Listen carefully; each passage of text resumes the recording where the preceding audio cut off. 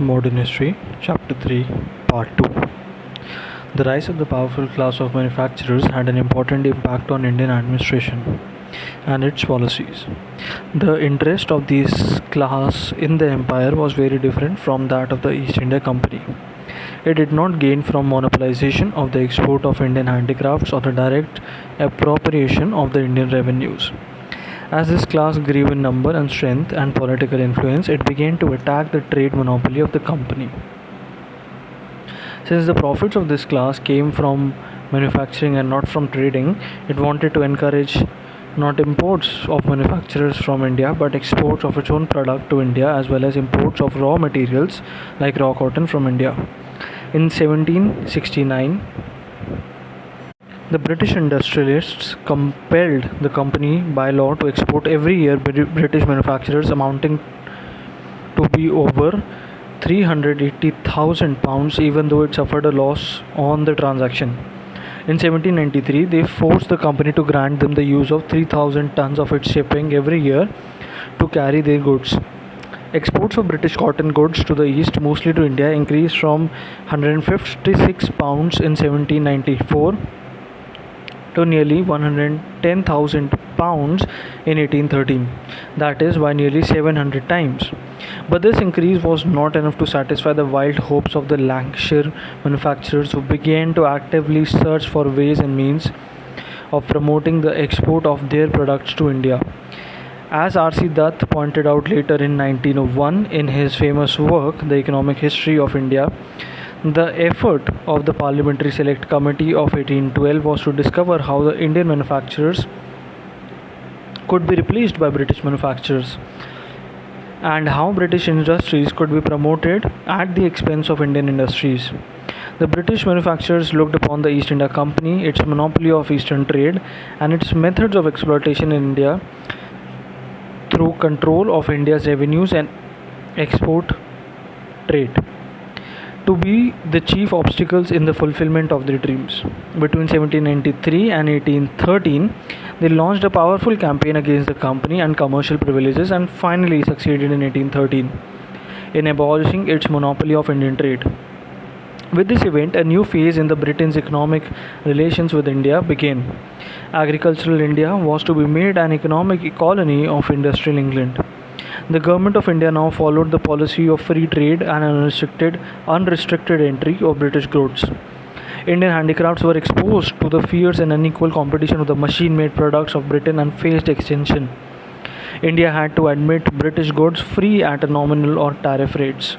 The government of India also tried to increase the number of purchasers of British goods by following a policy of fresh conquest and direct occupation of protected states like Awadh. Many British officials, political leaders, and businessmen advocated reduction in the land revenue so that the Indian peasant might be in a better position to buy foreign manufacturers. They also advocated the westernization of India so that more and more Indians might be developed the taste for Western goods. Indian handmade goods were unable to compete against the much cheaper products of British mills, which had been rapidly improving their productive capacity by using inventions and a wider use of steam power. Any government wedded to Indian interest alone would have protected Indian industry through high tariff walls and used the time thus gained to import the new techniques of West. Britain had done this in relation to its own industries in 18th century. France, Germany, and USA were also doing it at that time. Japan and the Soviet Union were to do it many decades later, and Free India is doing it today. However, not only were Indian industries not protected by the foreign rulers, but foreign goods were given free entry. Foreign imports rose rapidly. Imports of British cotton goods alone increased from 1,100,000 pounds in 1813 to 6,300,000 pounds in 1856. The free trade imposed on India was, however, one-sided. While the doors of India were thus thrown wide open to foreign goods, Indian products which could still compete with British products were subjected to heavy import duties on entry into Britain. The British would not take Indian goods on fair and equal terms, even at the stage when their industries had achieved technological superiority over Indian handicrafts. Duties in Britain on several categories of Indian goods continued to be high till their export to Britain virtually ceased. For example, in 1824, a duty of 67.5% was levied on Indian calicos and a duty of 37.5% on Indian muslins. Indian sugar had to pay entry into Britain a duty that was over 3 times its cost price. In some cases, the duties in England went up as high as 400%. As a result, such prohibitive import duties and development of machine industries, Indian exports to foreign countries fell rapidly. The unfairness of British commercial policy has been summed up by the British historian H. Wilson in the following words. It was stated in evidence that the cotton and silk goods of India up to this period could be sold for a profit in the British market at the price from 50 to 60% lower than those fabricated in England.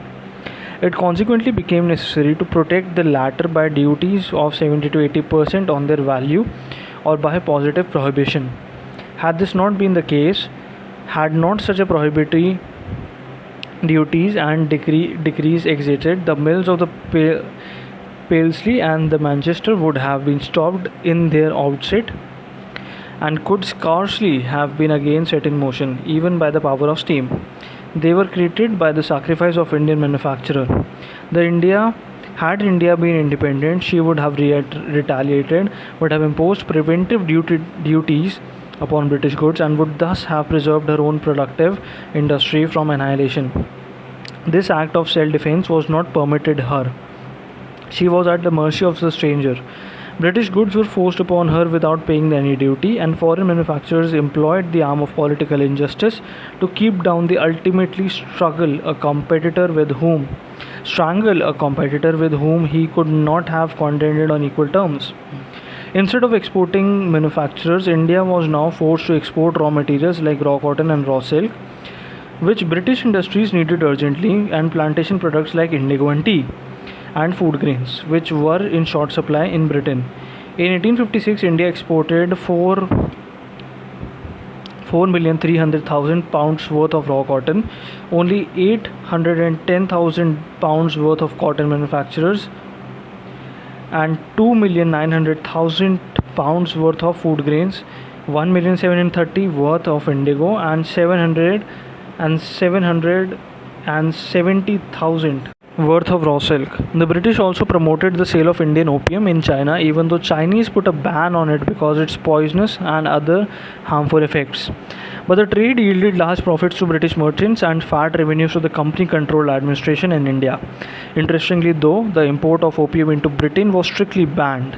By the end of the 19th century, Indian exports consisted primarily of raw cotton, jute and silk, oilseeds, wheat, hides and skins, indigo and tea. Thus, the commercial policy of East India Company after 1813 was guided by the needs of British industry. Its main aim was to transform India into a consumer of British manufacturers and a supplier of raw materials. The drain of wealth. The British exported the Britain part of India's wealth and resources, for which India got no adequate economic or material return. The economic drain was peculiar to British rule. Even the worst of previous Indian governments had spent the revenue they extracted from the people inside the country. Whether they spent it on irrigation canals and trunk roads, or palaces, temples or mosques, or wars or conquest, or even on personal luxury, it ultimately encouraged Indian trade and industry, gave employment to Indians. This was so because even the foreign conquerors, for example the Mughals, soon settled in India and made their home. But the British remained perpetual foreigners. Englishmen working and trading in India and nearly always planned to go back to Britain. And Indian government was controlled by foreign company of merchants and the government of Britain. The British consequently spent a large part of taxes and income they derived from the Indian people, not in India, but in Britain, their home country. The drain of wealth from Bengal began in 1757 when the company servants began to carry home immense fortunes extorted from Indian rulers, zamindars, merchants, and common people. They sent home nearly 6 million pounds between 1758 and 1765.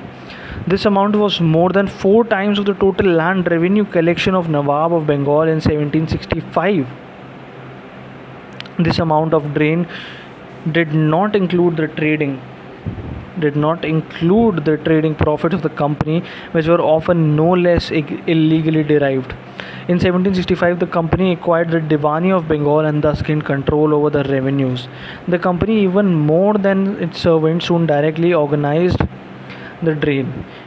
It began to purchase Indian goods out of the revenue of Bengal to export them. These purchases were known as investments. Thus, though investments, Bengal's revenue was sent to England. For example, from 1765 to 1770, the company sent out nearly 4 million pounds worth of goods, or about 33% of the net revenue of Bengal. By the end of 18th century, the drain constituted nearly 9% of the Indian national income.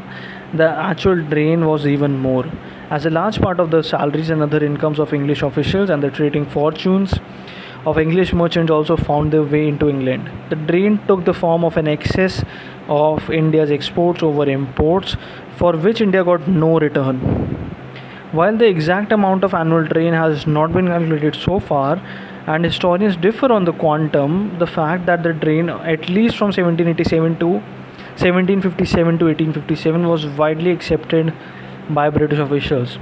Thus, for example, Lord Ellenborough, chairman of the Select Committee of the House of Lords and later Governor General of India, admitted in 1840 that India was required to transmit annually to this country, Britain, without any return except in the small value of military stores, a sum of amounting between 2 to 3 million sterling. And John Sullivan, president of the Board of Revenue of Madras, remarked, "Our system acts very much like a sponge, drawing up all the good things from the banks of Ganges and squeezing them down on the banks of the Thames." The drain went increasing after 1858, though British administrators and imperialist writers now began to deny its existence. By the end of the 19th century, it constituted nearly 6% of the Indian's national income and one-third of its national savings. The wealth drained out of India played an important part in financing Britain's capitalist development, especially during the 18th century and the beginning of the 19th century, that is, during the period of Britain's early industrialization. It has been estimated that it constituted nearly 2% of British national income during that period. The figure assumes importance if it's kept in view that the British was at the time investing in industry and agriculture about 7% of its national income. Development of means of transport. Up to the middle of 19th century, the means of transport in India were backward. They were confined to bullock cart and pack horse. The British rulers soon realized that cheap and easy system of transport was necessity if British manufacturers were to flow into India on large scale and her raw materials secured for British industries. They introduced steamships on the rivers to set improving the roads work, and the Grand Trunk Road from Calcutta to Delhi was begun in 1839 and completed in 1850s. Efforts were also made to link the roads by major cities, ports and markets of the country, but real improvement in transport came only with the coming of the railways. The first railway engine was designed by George Stephenson and was put on the rails on England in 1814. The railways developed rapidly in that country during the 1830s and 1840s. Pressure soon mounted for their speedy construction in India. The British manufacturers hoped thereby to open a vast and hitherto untapped market of the interior of the country, and to facilitate the export of Indian raw materials and foodstuffs and feed their hungry machines and operatives. The British bankers and investors looked upon the railway department as India as the channel for safe investment of their surplus capital. The British steel manufacturers regarded it as an outlet for their product like rails, engines, wagons and other plant and machinery. The government of India soon fell in step with these views and found additional merit in the railways. They would enable it to administer the country more efficiently and effectively and to protect their regime from any internal rebellion or external aggression by enabling more rapid movement of troops. The earliest suggestion to build a railway in India was made in Madras in 1831. but the wagons of this railway were to be drawn by horses. Construction of the steam-driven railways engines in India was first proposed in 1834 in England.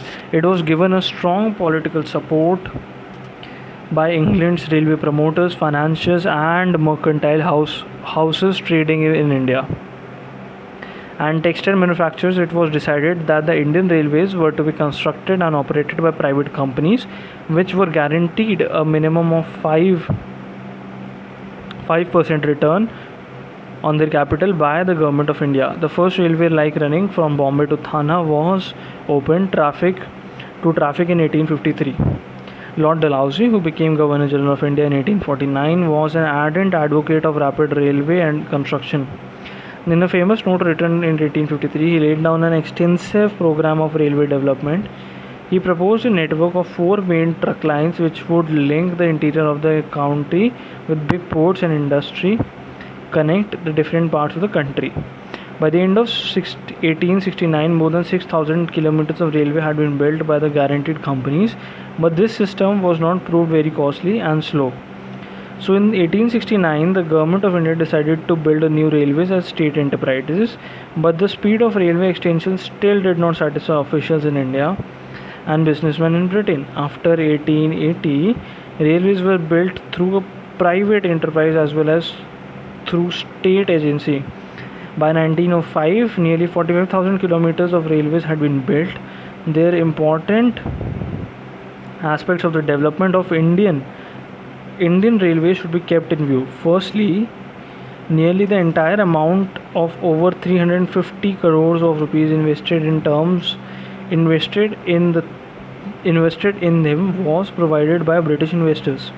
Indian capital contributing only a negligible share to it. Secondly, they were for the first 50 years financially losing concerns which were not able to pay the interest on the capital they invested in the sum. This loss was made good in the case of